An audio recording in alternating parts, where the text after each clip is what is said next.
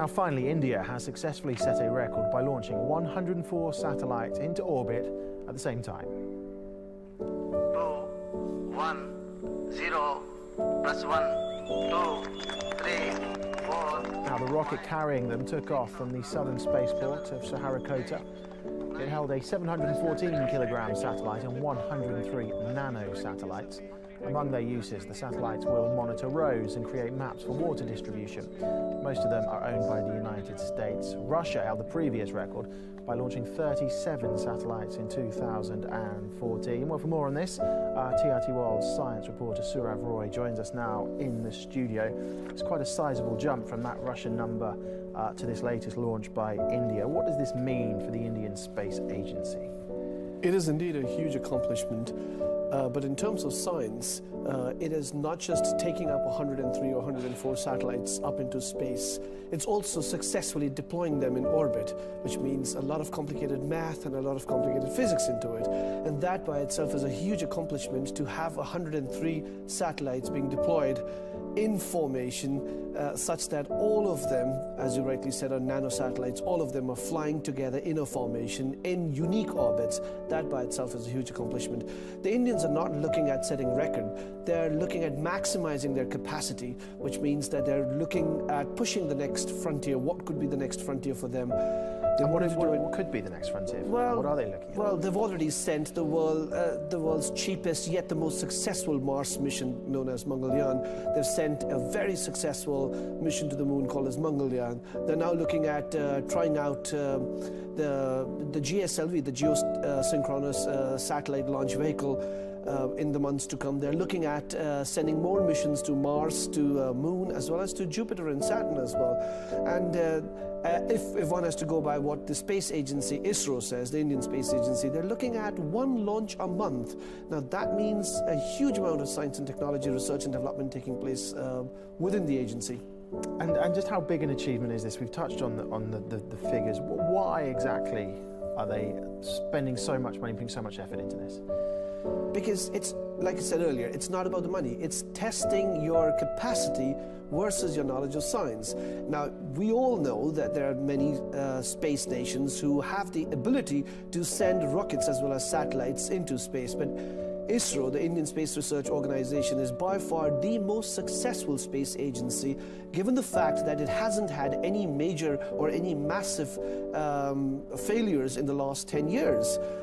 It has had some of its accomplishments, some of them minor, some of them major, but yeah, this is a huge accomplishment for them in the long run. Okay, fascinating stuff. Sriharikota, thank you very much. And India's Space Research Organization said the rocket blasted off half an hour ago from the southern spaceport of Sriharikota.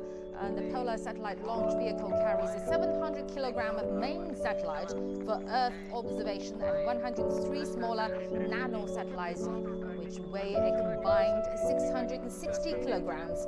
Nearly all of the nano-satellites are from other countries, including Israel, Kazakhstan, and the Netherlands, Switzerland, and United Arab Emirates, and 96 are from the United States. If successful, India will set a world record as the first country to launch the most satellites in one go, surpassing Russia, which launched 39 satellites in a single mission in June 2014.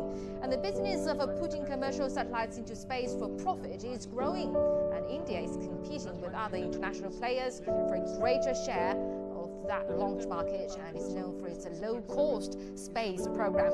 Last June, India set a national record after it successfully launched a rocket carrying 20 satellites, including 13 from the US. And in 2013, it sent an unmanned rocket to orbit Mars at a cost of just $70 million, compared with NASA's Maven Mars mission, which had a $670 million price tag. Let's think about this a little bit more. Okay, let's get to the top. You know, let's get to the topic. Three boys in the topic. That's what I'm talking about. India breaking, what, about 3 hours ago, not even that maybe, breaking this world record, 104 satellites in one shot. Really, this agency is becoming a very serious player in the race. Well, look, if we've seen anything that's come out of India over the last decade, 2 decades, we've seen it aggressively happen in tech markets, in other businesses, and this is another area that India is looking to lead on globally.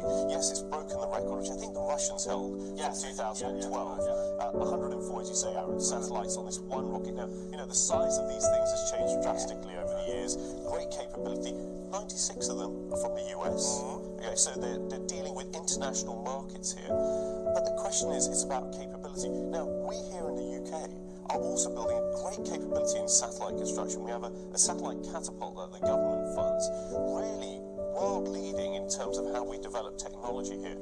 The Indians are trying to play the race, the satellite space race, I think. And they do it they can do it for very, very cheaply. But I've had lots of tweets this morning, because you mentioned about the UK doing this. So here's the question. India has a space program. India has nuclear weapons. A third of Indians live on less than $1 a day. But if they've got a space program, they've got a nuclear program, should the likes of the UK, Australia, be giving India aid? You've got about 30 seconds. Right, well, the question isn't about where should the money be spent. Even in the UK, as we spend in the satellite industry, we have questions about, should that money go into the NHS? Should it go into welfare reform? Should it go into other factors?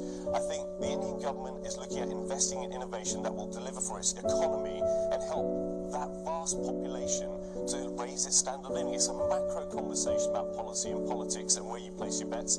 But I think, you know, good on the Indians for doing it. There are other countries also trying to achieve it as well.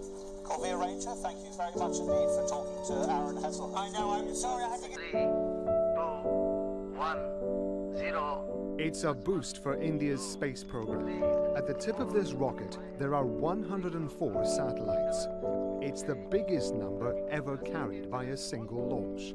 The science and technology has been always at the center focus since India got independence in 47. So India's first Prime Minister Jawaharlal Nehru had put space, atomic energy and other issues as a key focus area. This is the Polar Satellite Launch Vehicle. It holds one big satellite which will be used to observe the Earth. The rocket's also carrying 103 much smaller satellites. 96 of them are from the US. But India's Space Administration, known as ISRO, says it's not dependent on US business. In this launch itself, India has launched a satellite right from Switzerland to Kazakhstan to Israel to UAE and many other countries. So there are many countries which are knocking on the door of ISRO to launch their satellites. India's launch program is famously low cost. It sent an unmanned rocket to orbit Mars in 2013 for just $73 million. NASA's Mars mission cost $671 million. India is campaigning hard to get a bigger share of the world's commercial satellite market, and being cheaper is likely to help. Prime Minister Narendra Modi has said a rocket that launched 4 foreign satellites in 2014 cost less to make than a Hollywood blockbuster movie.